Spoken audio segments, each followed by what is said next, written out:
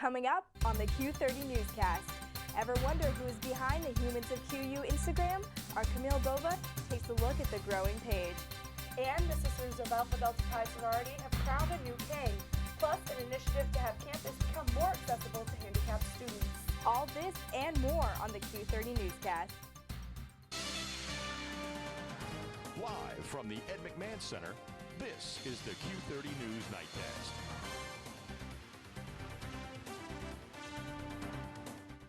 Good evening, Quinnipiac, and welcome to the Q30 Newscast, presented by Joya Spa and Salon. I'm Megan Coddington. And I'm Nikki Dorico. Every day, people in New York City are approached by a man asking to take their picture and interview them. Our Camille Bova has a story about why this is now happening on the Quinnipiac campus. If you've been on Instagram lately, you may have noticed the new account, Humans of Quinnipiac. Well, I got the idea because I follow Humans of New York, and so I thought it would be cool to kind of bring in that sort of account on the Quinnipiac campus. I think that it's kind of cool because it's within this campus versus like anyone in New York. People kind of telling real stories and other people being able to relate to those stories and kind of bringing people more together and more or less understanding and realizing that there's other people like them or that have the same opinion or views as them. Unlike the creator of the Humans of New York page, the person behind the Humans of Quinnipiac page would like to stay anonymous. People are going to ask them to post about them, or maybe they're going to complain about things that they did, so it's going to be best that they remain anonymous, or else I feel like they're going to have a lot of either complaints or nagging. Kind of choose the participants at random. If I can find their email address using their Instagram name, I'll find it through the Quinnipiac database and try to find their email address. And if I can't find their email address, I'll just give it to another person. But it's really random. I was in my Q301 class, and I have two friends in that class, and they both actually got the anonymous email, so they asked if they could, I guess, interview me for it.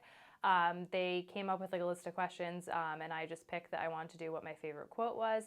For more information, follow Humans of Quinnipiac on Instagram. I'm Camille Bova, Q30 News. The Sisters of Alpha Delta Pi have crowned a new king. 5 male contestants competed in the sorority's King of Diamonds on November 3rd in Burtcon Court. Junior Paul Thompson ended up winning, entertaining the crowd with his singing and dancing talents. The contestants took part in spirit, talent, Alpha Delta Pi trivia, and formal wear rounds, as well as tabling throughout October to raise money for the Sisterhood's philanthropy, the Ronald McDonald House Charities. Thompson raised just over $400 on his own for the Ronald McDonald House Charities. Shortly after being crowned, Q30 caught up with him. Well, it's really exciting to have put a lot of work into this and raising all the money and meeting all the sisters. It's really a surreal feeling. Well, I really had to make sure I remembered my lyrics because you don't want to forget those upstage and all the steps to the dance. But all the sisters did a really good job helping us out with everything like that, and it was a lot of fun. The junior class cabinet is working to improve conditions on campus for handicapped students. Sophomore Joe Mullaney and junior Lindsay Banks are leading the efforts. Improvements already made include the installation of handicapped parking spots at Hogan and Hilltop lots, and a ramp closer to the handicapped suite in the Village 400s. Just last week, a handheld button was installed for Mullaney's suite, so he no longer needs to rely on a roommate to open the door because he uses a scooter. Short and long-term improvements are being discussed with the head of facilities, Keith Woodward. Quinnipiac currently meets all handicap requirements, and the goal of this initiative is to make the campus as accessible as possible for current and future students. Plans to move the York Hill and North Haven campus more accessible also in the works. A number of mostly commuter students on campus have previously served our country. With Veterans Day approaching, we found out what Quinnipiac offers for those students. Amanda Hoskins has the story. 26-year-old Matthew Balton is a senior occupational therapy major at the university. After high school, he chose to join the Navy instead of going right to college. And after 5 years of serving, spending time in the Middle East, Africa, and Central America, adjusting to college life wasn't easy.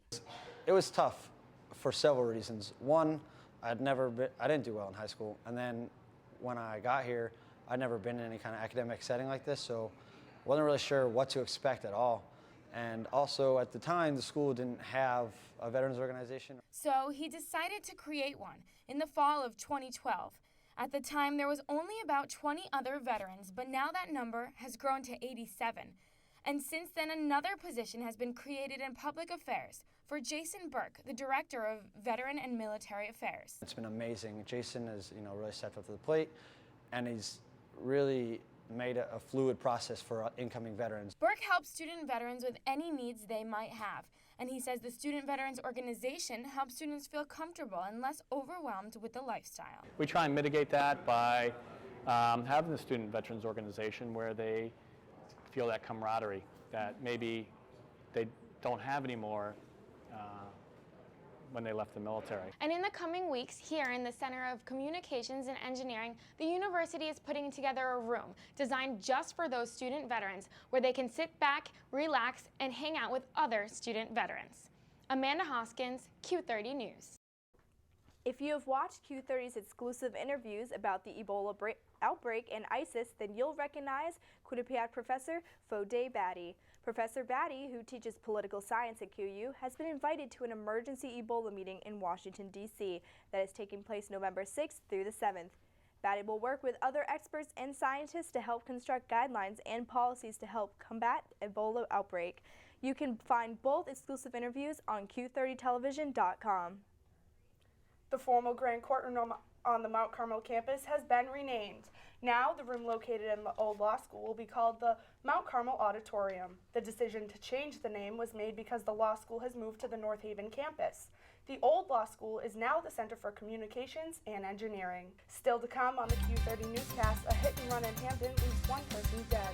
Plus, we have the top stories in the world news and your full forecast. Brenna? Will Quinnipiac finally be seeing some sun this upcoming week? Stay tuned for your full Q30 weather forecast. Q30 Newscast is presented by Joya Spa and Salon. For more information, visit www.joyadayspa.com. Wake up, Quinnipiac! It's the morning after! Hey! Come on, guys, it's time for TMA! Let's go!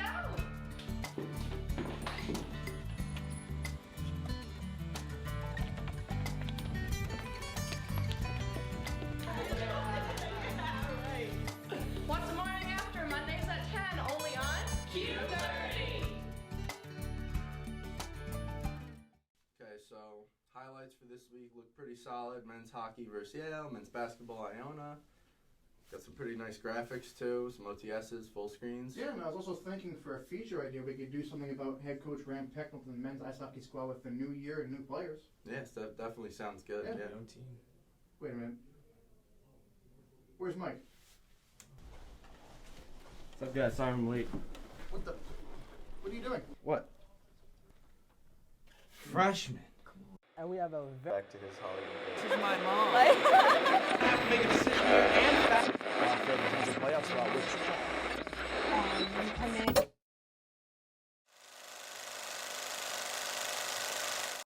The driver who killed a Hamden mother in a hit and run is still at large.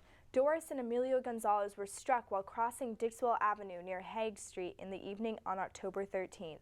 Doris later died from her injuries.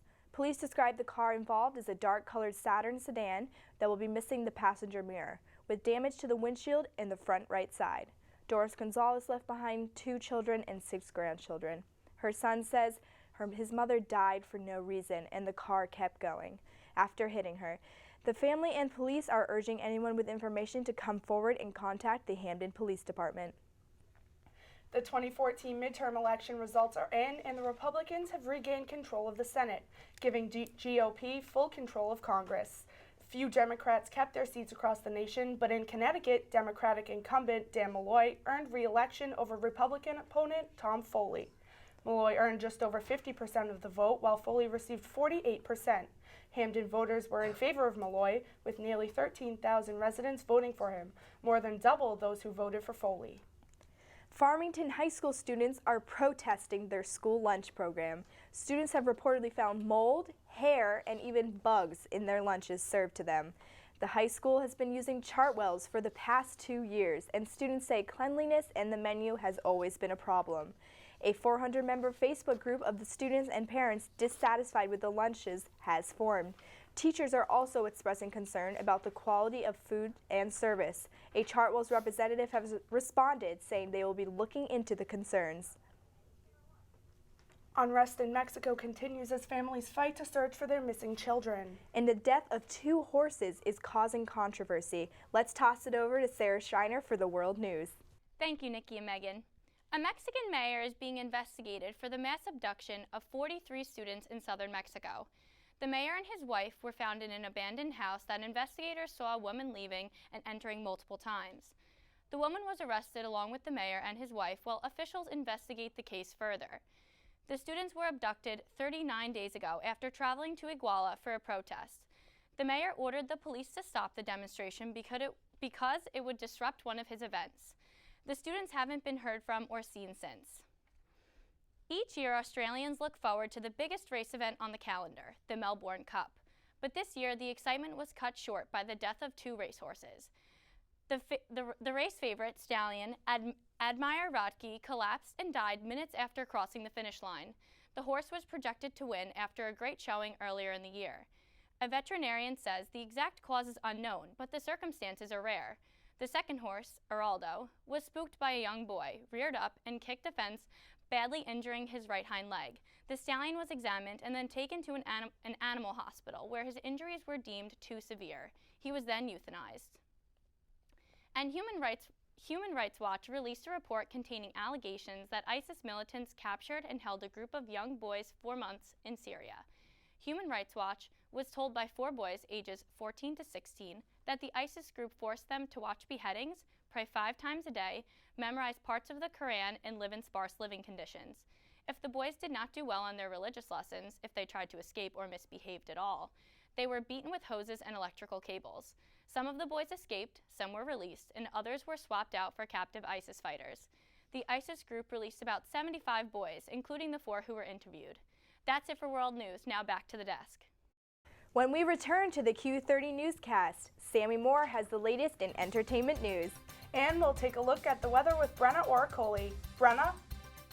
Some parts of the nation saw snow this past week. Quinnipiac is safe for 1 more week. Stay tuned for your full Q30 Newscast.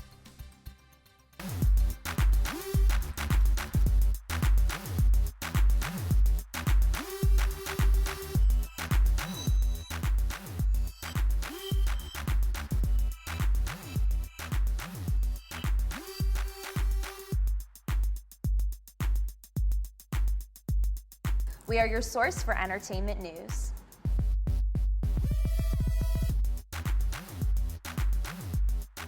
Welcome to A Sheer Sensation, North Haven's premier cosmetology service, located at 140 Washington Avenue, minutes from Hamden. We offer an array of services, from basic cuts and colors to lash extensions and formaldehyde-free keratin treatments.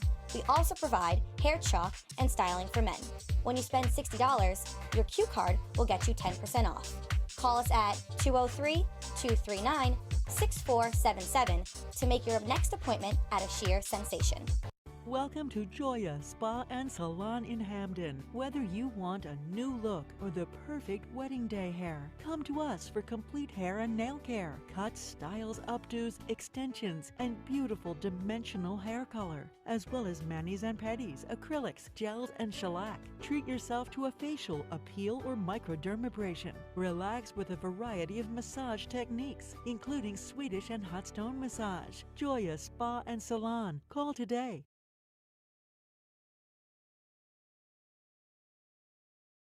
The Bobcat Shop, located at 1010 Sherman Avenue in Hamden. Your #1 choice for Bobcat merchandise.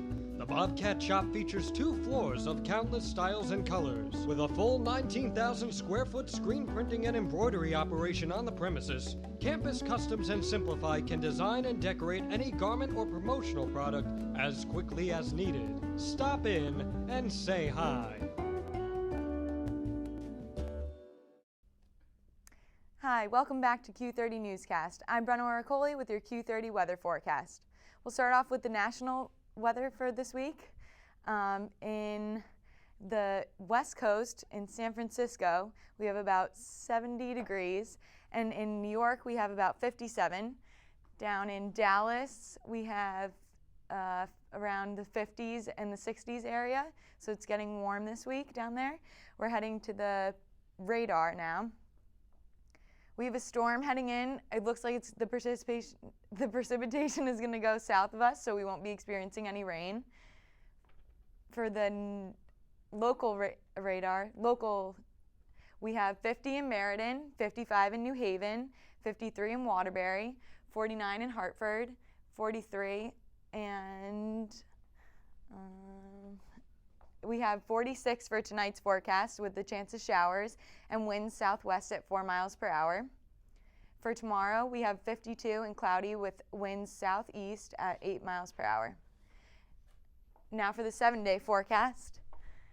On Thursday, it's going to be cloudy with 52 as the high. Friday, partly cloudy with 50 as the high. Saturday, sunny with 49. Sunday, getting a little warmer, 51 with cloudy as well. Monday, 49, partly cloudy. Tuesday, 55, partly cloudy. And Wednesday, partly cloudy as well with a high of 48. Now back to the desk. Thank you, Brenna. Taylor Swift is involved in another breakup this week, and Megan, I just can't keep up anymore. I know, there's so much drama. Amanda Bynes is turning to Twitter to blow off some steam. And Lil Jon is headed to the polls yesterday after endorsing the Rock the Vote campaign. And for all that and more, we're tossing it over to Sammy Moore with the latest in entertainment news. Thank you, ladies. The nominees for the People's Choice Awards have been announced. Singer Sam Smith and actress Shailene Woodley are leading the nominees with 4 nominations apiece. Voting is now open to the public and will continue through December 4th. Actresses Anna Faris and Allison Janney will host the award show on January 7th on CBS. Nominee Taylor Swift has had another breakup, but this time with Spotify. The singer and Big Machine label group requested the music streaming service to remove the 24-year-old's catalog from its library.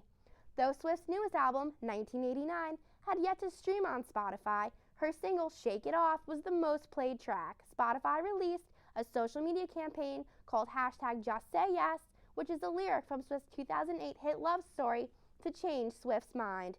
Swift has yet to change her mind. Fellow People's Choice Award nominee Angelina Jolie may be adding even more to her resume. The Maleficent star told Vanity Fair magazine she is open to a career in politics. Jolie says she is unsure if she wants to go into politics or if she is more valuable working as a humanitarian and actress. She explains even more in the November issue of Vanity Fair, out November 11th. Little John took to Georgia at 6 a.m. to vote this past election day. The rapper was in LA at the time, however his absentee ballot never came. A local elections director claims the ballot was mailed on October 27th. The missing ballot did not stop him from voting though. Little John is the spokesperson for the Rock the Vote campaign. And lastly, on November 4th, Amanda Bynes admitted via Twitter to having bipolar and manic depressive disorders. The Amanda Show star also tweeted she is taking medications for the 2 disorders and is seeking help from a psychologist and a psychiatrist weekly. People magazine reported the 28-year-old star was released from the hospital at the end of October. That's it for your entertainment update. I'm Sammy Moore. Now back to Nikki and Megan at the desk. Still to come on the Q30 Newscast, a look into the growing topic of concussions in football. And we'll go to Tom Albanese to find out how the Bobcats fared in this week's games. We'll be right back. Q30 Newscast is presented by Joya Spa and Salon. For more information, visit www.joyadayspa.com. Wake up, Quinnipiac! It's the morning after! Hey! Come on, guys, it's time for TMA! Let's go!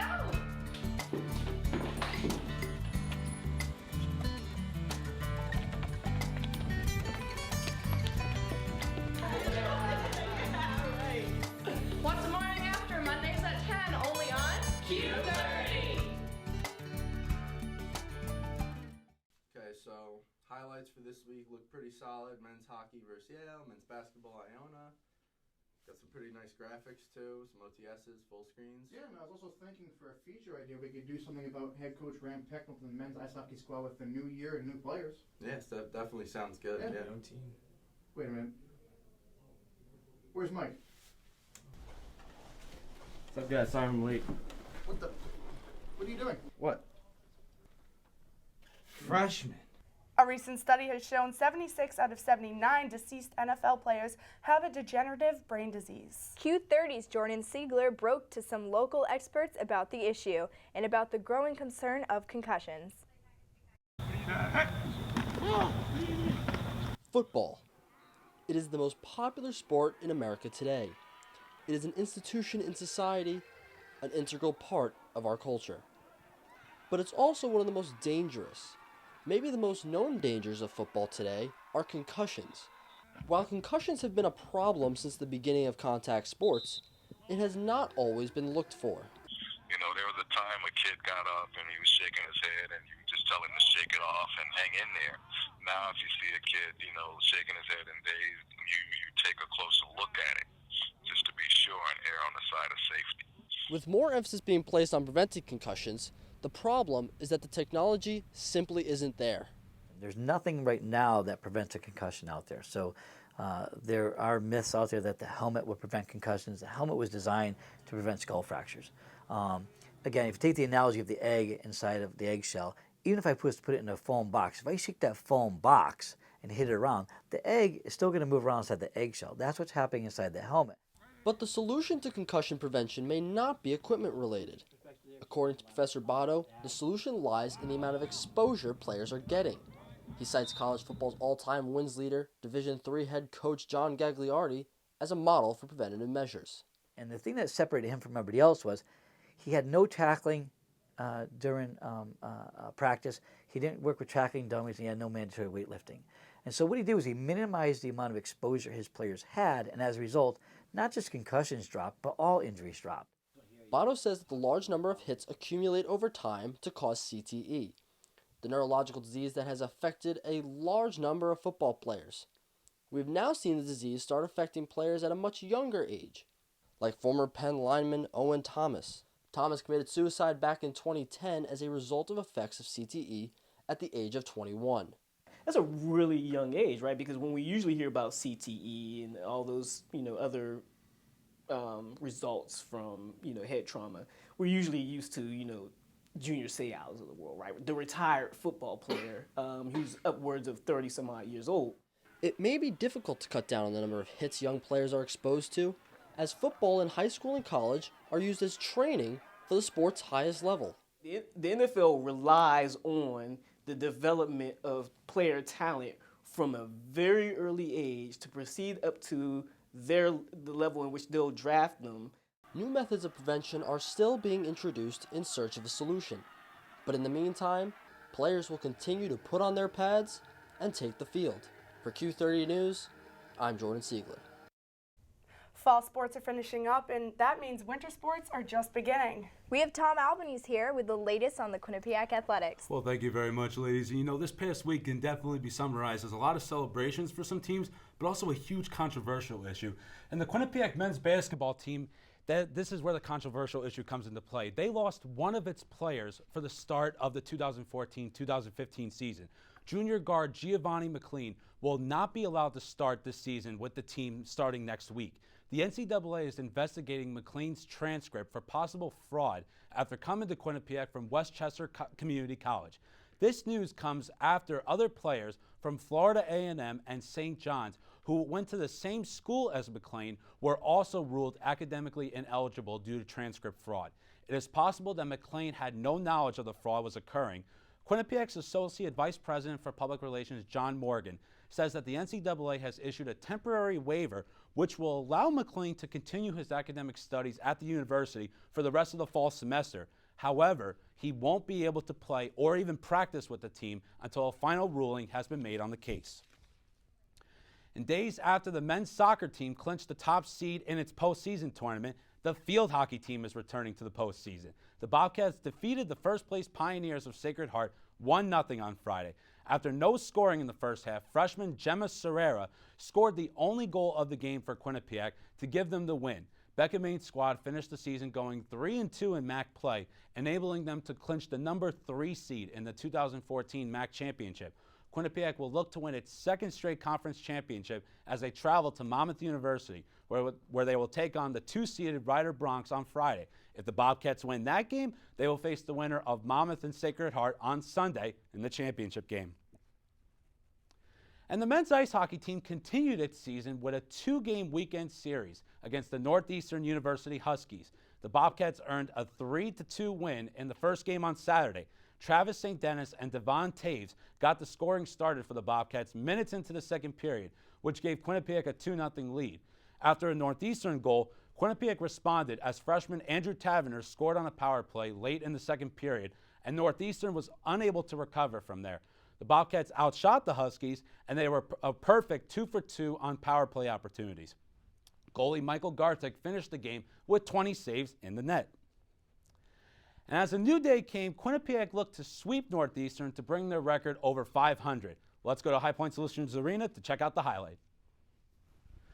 So as we go back up to High Point Solutions Arena, Quinnipiac, as I mentioned, looking to sweep Northeastern in this 2-game weekend series. We're starting in the first period where we have Mike Smatula right here who's going to take a shot, but he also gets that rebound and nails it for Northeastern to give the Huskies an early 1-0 lead.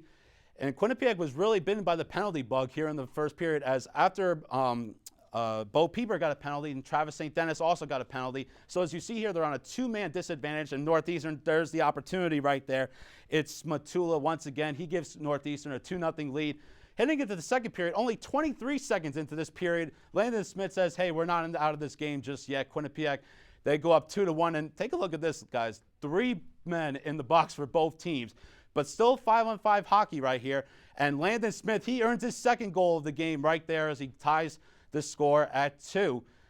Northeastern, they're going to look to respond right here after a good save by Michael Gartek. It just goes under his legs as Northeastern, scores a goal right there. And Quinnipiac, they're going to put it in play right here, but no one can find the puck. But Andrew Taverner does. The puck was in the air, and he was able to poke it into the net. This game's tied 3-3, so Quinnipiac coming all the way back from that 2-0 deficit. And right here, Soren Janssen gets the job done for Quinnipiac as he gets the goal while he's falling down on the ice. As we see right here, Northeastern, their last chance, but Michael Gartek makes the big save. And there was 28 penalties in this game, and as you can see here, there was a bit of fighting at the end of the game. It was a battle all the way around, but Quinnipiac goes on to win 4-3. And that will do it for all the sports coverage for this week. For more sports updates, be sure to like us on Facebook and follow us on Twitter at Q30 Sports. Nikki, Megan, back to you. Thank you, Tom. Move-in day at Quinnipiac is hard, but adjusting to a new school hundreds of miles away from home can be even harder. In this week's edition of Quinnipiac People, Sarah Schreiner and her team went out to find out how one Quinnipiac student helps international students feel more comfortable on campus. Enrolling into Quinnipiac as an international student can be difficult. Meshing into the community and feeling welcome on campus is a challenge. When graduate student Savitha Kola realized international students began to struggle, she wanted to make a difference. Our community is called Global Living. It's a living learning community, part of Residential Life. And so we have about 30 residents in the community. We had students from right here in Connecticut and also students from whether it was Ghana, Kenya, China, Korea, tons of different places that come together to the table. Incoming freshmen have the option of signing up for the Global Living community. If selected, they move into Salin Hall on Mount Carmel campus on move-in day. They are also enrolled in a certain QU 101 seminar and English 101 class. I think as a university at whole, it provides another option for incoming students to realize that we really do cater to whether it's international students or domestic students who are interested in becoming active global leaders in the community. The group meets once a month to talk about adapting to Quinnipiac. The first month was about cultural adjustment. Each person, I guess, kind of made a different dish and talked about what is so comforting about that dish, especially for like cultural adjustment. How did you adapt to Quinnipiac? How is it going so far? Like within the first week, I realized like I was making really strong relationships with, you know, people from Zimbabwe, South Africa, the Dominican Republic, and it's cool because you can't assume anything. You're always learning traditions from them, or you're always learning how they cook or the meals that they like. I thought it would be like diverse family, just everybody having fun and cooking different hometown food. Kola, originally from India and then moving to Massachusetts when she was 6, knows getting used to a new environment is a huge transition. Because I realized I shared some sort of value with other individuals in the community. So from that perspective, I think it's important that when you come into college, you know that you're going to be sharing values with the people that you live with, whether it's in the suite or in the building. This is the first year, but I really would like to see it continue in the future and hopefully change for the better. Sarah Schreiner, Q30 News. And that'll do it for this week's edition of the Q30 Newscast. Stay connected with our news team throughout the rest of the week by visiting our Facebook page and following us on Twitter at Q30 News. And be on the lookout for the Q30 News Weekly Digest. Thank you for watching and have a good night.